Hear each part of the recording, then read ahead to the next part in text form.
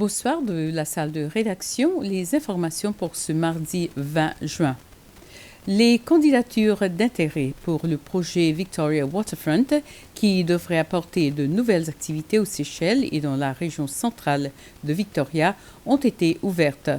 Le Seychelles Investment Board a commencé à accepter les demandes d'intérêt des investisseurs aujourd'hui et continuera jusqu'au 1er septembre. Ce matin, la ministre de l'Investissement, de l'Entrepreneuriat et de l'Industrie, Devika Vidot, a expliqué que le projet comportera 5 volets principaux.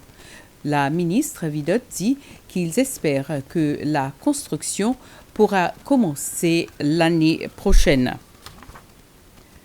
Le vice-président Ahmed Afif a déclaré qu'un établissement touristique sur l'île de l'Assomption ne sera pas seulement un point de transit pour les visiteurs à destination et en provenance d'Aldabra, mais offrira également de nouvelles opportunités commerciales. M. Afif a confirmé qu'à ce stade, les investisseurs sont invités à manifester leur intérêt. Il a ajouté qu'une base de garde-côte sur l'Assomption était importante pour la sécurité des deux îles et pour dissuader toute activité illégale.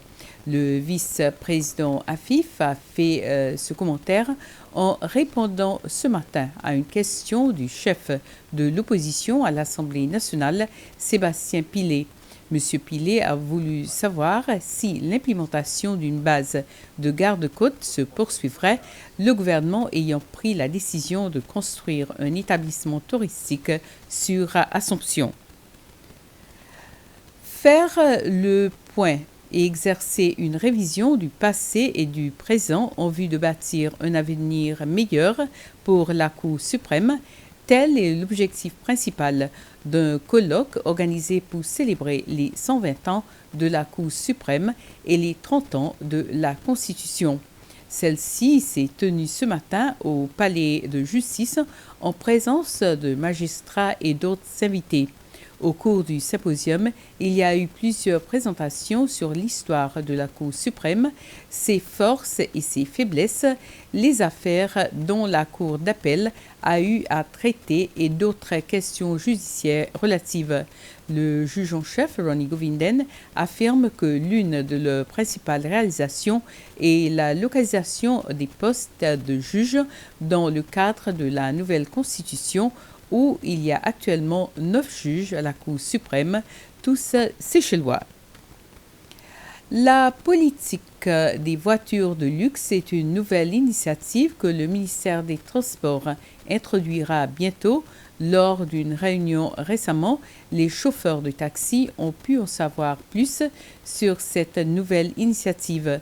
Le directeur de la politique et de la stratégie au ministère, Ben Lozé, a précisé que cette nouvelle initiative avait été approuvée par le Conseil des ministres depuis l'année dernière, une initiative qui a été rédigée par l'équipe politique et juridique du département des Transports.